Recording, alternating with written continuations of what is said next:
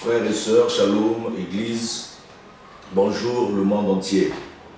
Nous bénissons le Seigneur pour cette grâce imméritée qu'il nous a encore accordée aujourd'hui afin de pouvoir parler de la part de Dieu, de sa part, de la parole de Dieu. Nous allons parler aujourd'hui sur le thème que j'ai titré « Faisons l'homme à notre image ». Voilà. Donc nous allons parler de ce thème-là, « Faisons l'homme à notre image ». Mais nous allons nous attarder un peu sur l'image. Au fait, nous voulons voir, il s'agit de quoi quand le Seigneur parle de l'image. Cette image-là représente qui? Voilà. Et le livre qui nous parle de ça déjà, c'est le livre de la Genèse. Donc, nous prenons Genèse chapitre 1er, à partir du verset 25. On peut lire les deux versets 25 et 26. Genèse chapitre 1er, les versets 25 et 26. J'ai ici deux versions, Louis II et Semeur. Alors, je lis d'abord dans Louis II. Genèse chapitre 1er, à partir du verset 25. Et nous lirons également le verset 26. La parole du Seigneur nous dit ceci.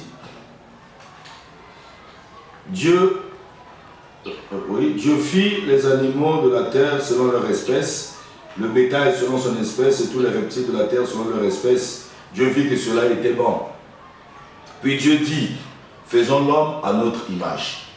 Voilà. On nous dit ici, Dieu dit, faisons l'homme à notre image, selon notre ressemblance, et qu'il domine sur les poissons de la mer, sur les oiseaux du ciel, sur le bétail, sur toute la terre et sur tous les reptiles qui rampent sur la terre.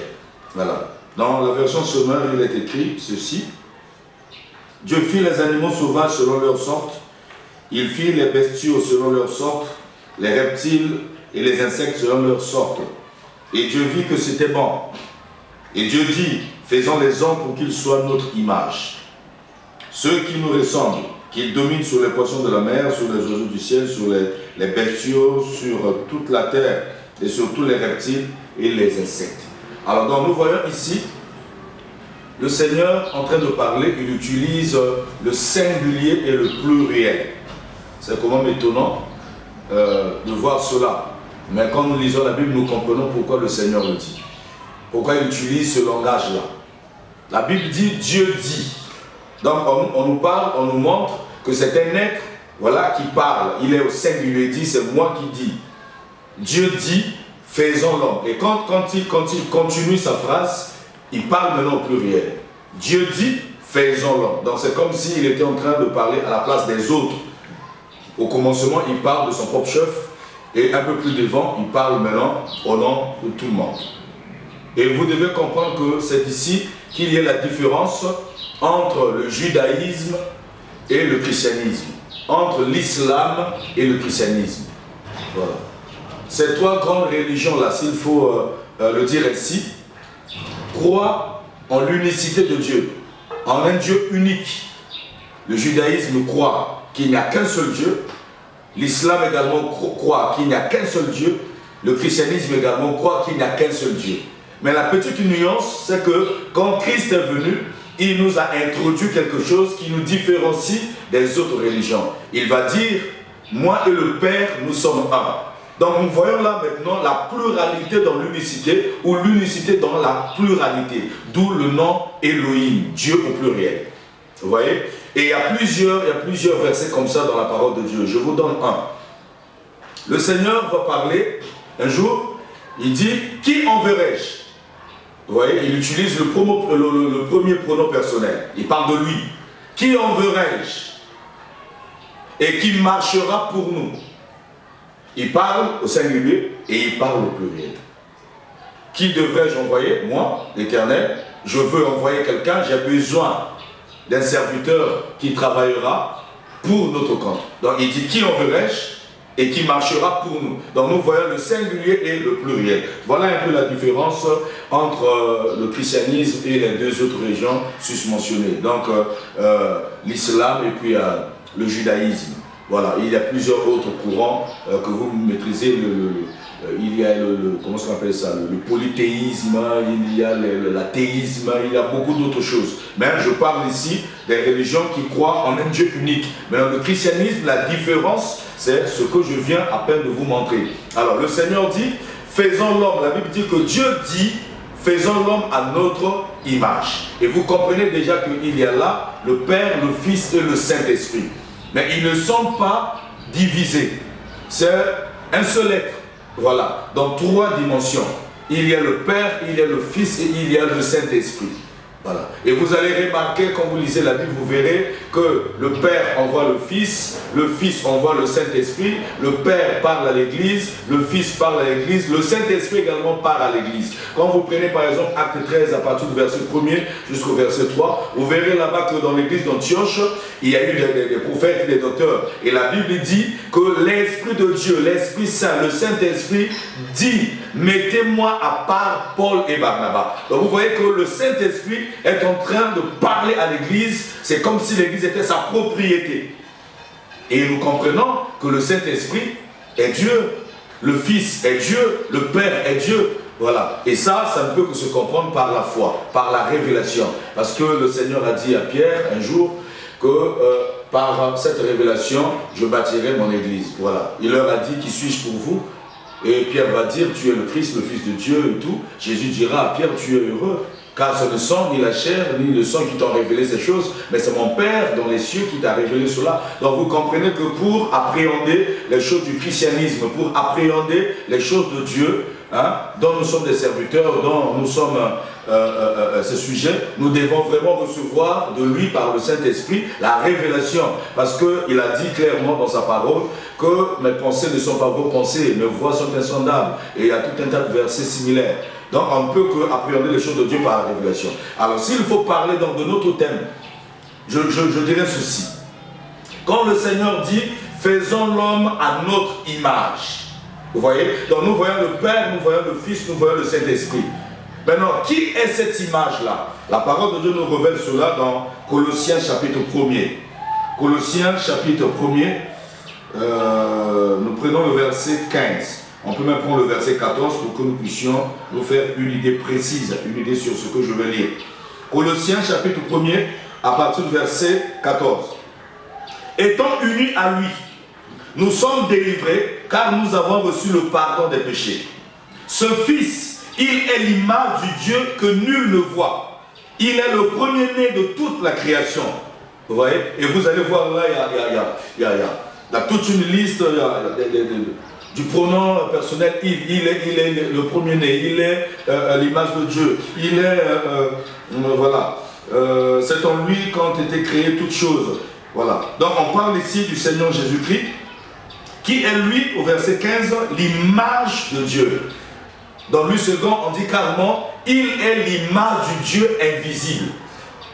Vous voyez? Il est l'image du Dieu invisible. Donc le Dieu qu'on ne voit pas, le Dieu que nul ne peut voir, Jésus-Christ est l'image de ce Dieu-là. De ce Dieu-là plutôt, excusez-moi. Maintenant, quand le Seigneur disait, faisons l'homme à notre image, il était en train de dire que je vais façonner, je vais créer un homme qui ressemblera à Jésus-Christ.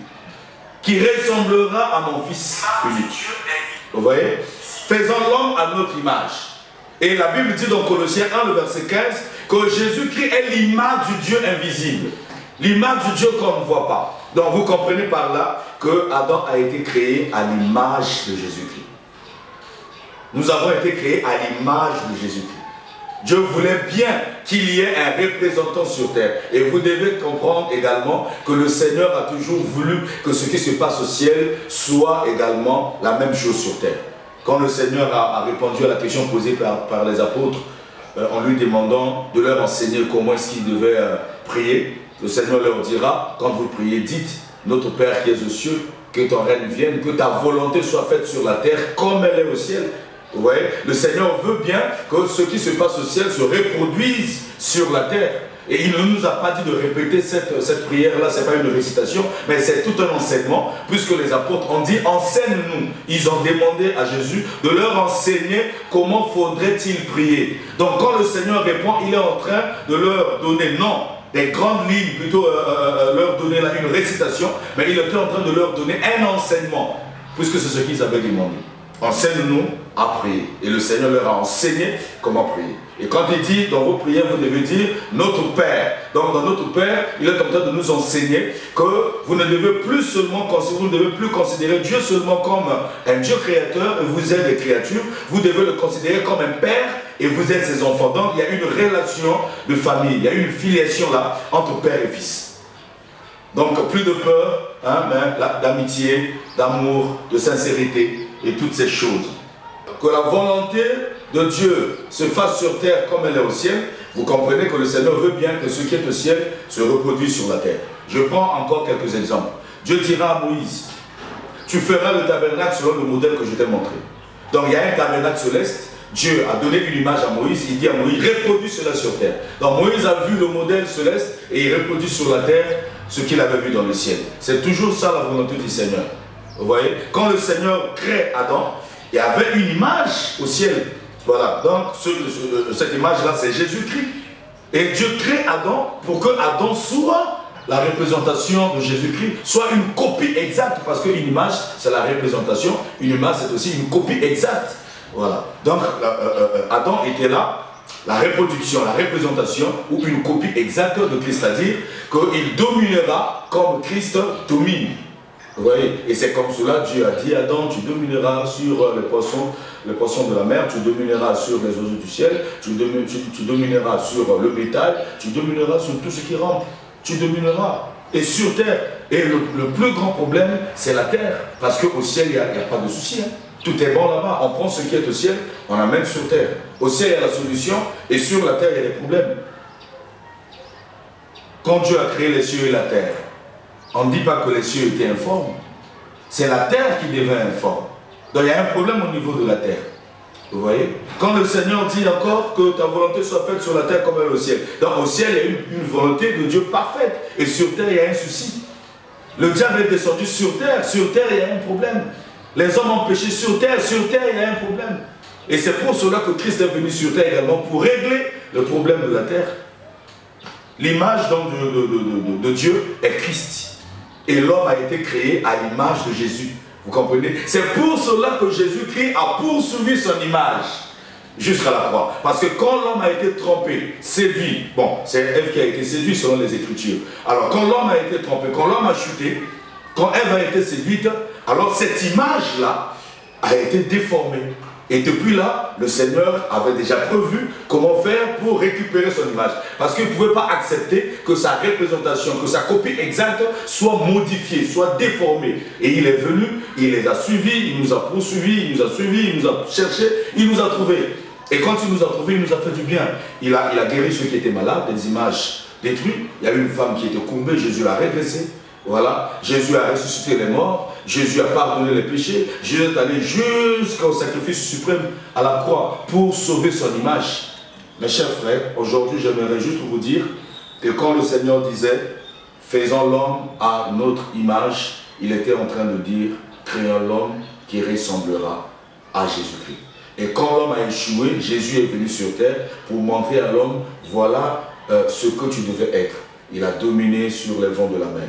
Il a dominé sur la mort, il a dominé sur les poissons, il a dominé sur la nature, il a dominé sur les maladies, il a dominé sur Satan, il a dominé sur les démons, il a guéri les fous. Nous avons été créés pour ça. L'homme a été créé pour dominer. Dominer la terre. Dominer tout ce qui est sur la terre. Toute chose lui a été donnée pour dominer. Alors, je prends le dernier verset. Romains chapitre 8. Romains chapitre 8. Verset 29. Le livre. Le livre Romains chapitre 8. Le verset 29. Ok. Il est dit ceci.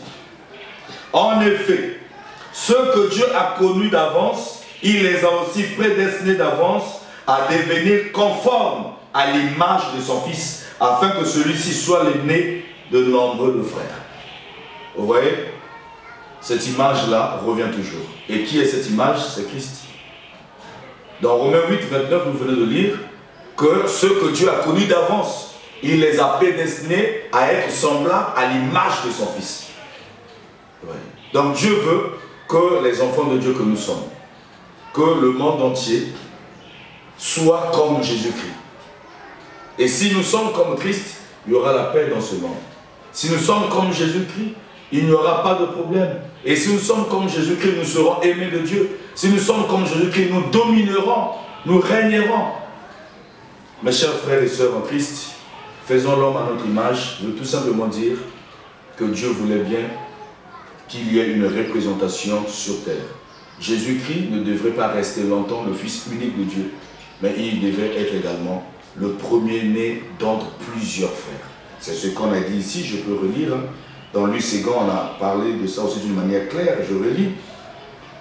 Romains 8, 29. En effet, ceux que Dieu a connus d'avance, il les a aussi destinés d'avance à devenir conformes à l'image de son Fils, afin que celui-ci, c'est-à-dire celui-ci mis pour le Fils, afin que celui-ci ne soit, plutôt soit l'aîné de nombreux frères. Nombreux frères, soit le né de nombreux frères. Dans Luc Ségan dit, ceux qu'il a connus d'avance, il les a prédestinés à être semblables à l'image de son Fils, afin que le Fils soit le premier-né d'entre plusieurs frères. Vous voyez? Donc Jésus ne devait pas rester Fils unique pour toujours. Il devait être le premier-né, le Fils aîné d'entre plusieurs frères. Donc il aura une grande famille. Et cette famille-là, c'est la reproduction, c'est la copie exacte. Ce sont ceux que Dieu a créés à son image. Le premier frère, c'était Adam, que Dieu a créé à l'image de Jésus. Voilà. Et il devait dominer, régner, respecter Dieu, obéir à la parole de Dieu. Et quand Christ est venu, voilà, il nous a encore récupéré, il nous a façonné, il nous a redonné cette image. Et cette image-là est entrée en nous quand nous avons cru au Seigneur. Et la Bible dit que cette image se transforme du jour en jour par la connaissance de la vérité selon l'image de celui qui l'a créé. On en parlera prochainement. Que le Seigneur Dieu Tout-Puissant vous bénisse. Nous allons décortiquer l'image de Dieu. Pourquoi le Seigneur avait bien voulu créer l'homme à l'image de Dieu. Et on dit faisons l'homme à notre image. Donc il y a le Père qui est un mystère, il y a le Saint-Esprit qui est là, et il y a Jésus-Christ également qui est l'image. Jésus est l'image du Père, Jésus est l'image du Saint-Esprit. C'est comme cela qu'il a dit à Philippe, celui qui m'a vu a vu le Père. Et quand nous irons au ciel, ce mystère demeurera. Vous ne verrez pas le Père, vous verrez toujours le Fils. Pourquoi? On en parlera prochainement. Que Dieu vous bénisse. Merci.